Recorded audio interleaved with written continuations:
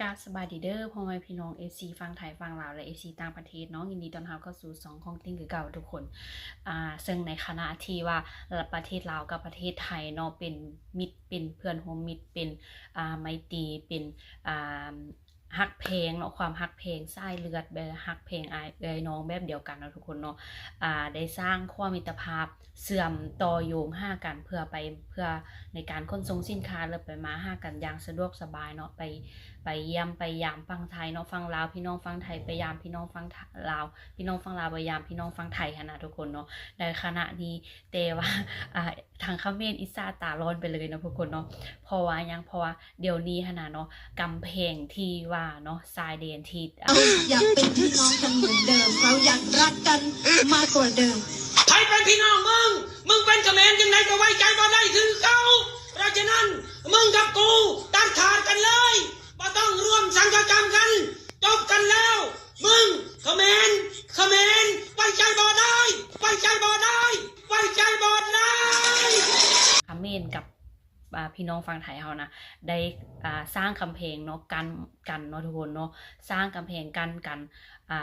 แล้วแต่ว่าประเทศไทยกับประเทศลาวเนาะสร้างความมิตรภาพเนาะถึงว่าจะมีทรายนำลำคานแม่น้ำคลองเนาะกันเตก็เฮ็ดขั้วเนาะเฮ็ดสะพานไปมาห้ากันเนาะทุกคนเนาะติ้งมีคลิปเนาะแล้วก็ซึ่งทางเขมรเนาะก็เดี๋ยวนี้ก็ออกมายอมเนาะยอมแพ้ยากเป็น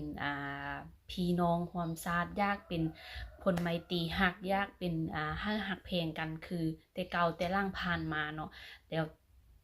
ทางประเทศไทยเฮาบ่มีไผยอมรับติ้งเชื่อว่า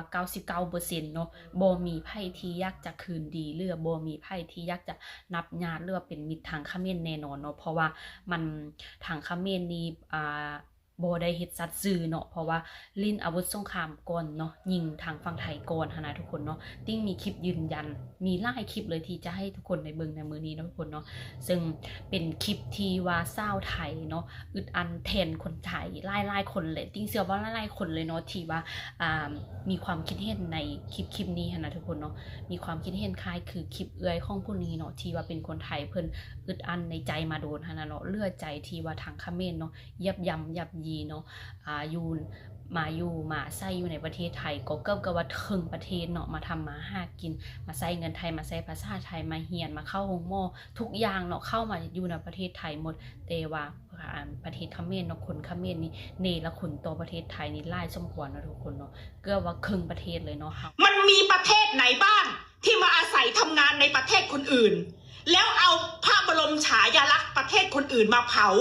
มาฉีกเงินไทยมาด่าเงินไทยมากระทืบเงินไทยแล้วใช้ภาษาไทยด่าคนไทยลงโลกโซเชียลไอเดรัจฉานเกิดถ้ากูทำแบบนั้นประเทศนอร์เวย์เหรอเขายกพลมายิงประเทศไทยแล้วมึงบุญเท่าไหร่แล้วที่มึงลบกับคนไทยที่มึงลบกับทหารไทยเขาปานีมึงถ้ามึงมาลบกับไอ้พวกคนที่มันอยู่ทางยุโรปนะป่านนี้ประเทศมึงเนี่ยเป็นจุนไปแล้วไม่เหลือแม้แต่กูจะบอกซะให้ดีแล้วที่ทหารไทยเขาปานีฉานอย่างพวกมึงเขาไม่ยิงพวกมึงตายหมดประเทศก็บุญเท่าไหร่แล้วไอ้หน้าตัวเมียตีนไม่อยากจะให้เขาดูถูกแต่พึ่งพาอาศัยเขาตลอดอพยพไม่มีที่จะอยู่โดนเขายิงโดนเขาฟันรันแทงกันเองคนไทยก็ให้มึงมาอพยพเอาหมอมารักษาให้มึงสร้างโรงเรียนให้มึง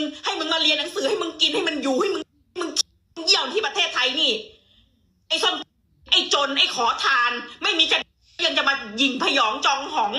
พยองพองขน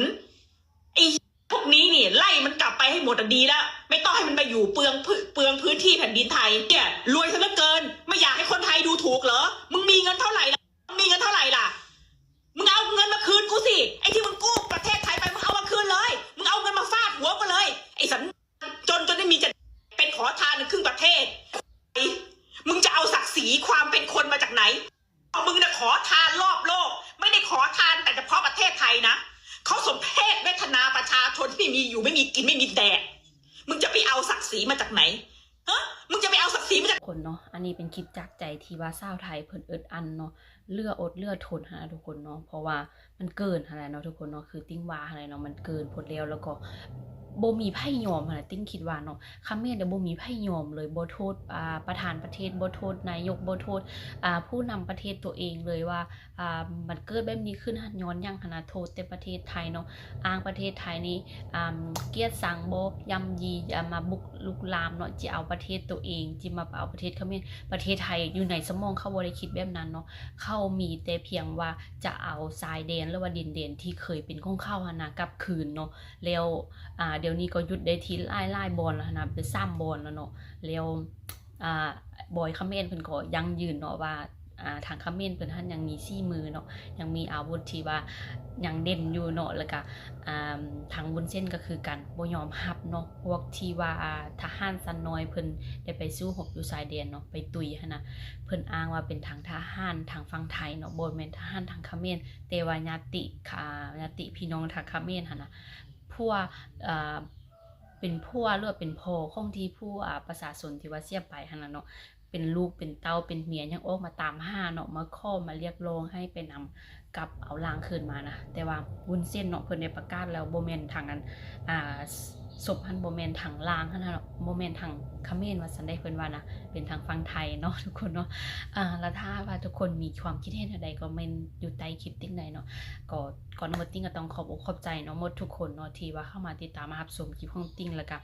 อันที่เด็ดๆเนาะทุกคนเนาะที่เด็ดๆคือติ๊งดีใจที่ว่าได้เป็นมิตรแล้วก็ได้เป็นเพื่อนร่วมชาติเนาะเป็นไมตรีดีใจที่ว่าชายแดนลาวกับไทยเขาติดกันถ้าบ่ซังนั้นเนาะถ้าว่าบ่แม่น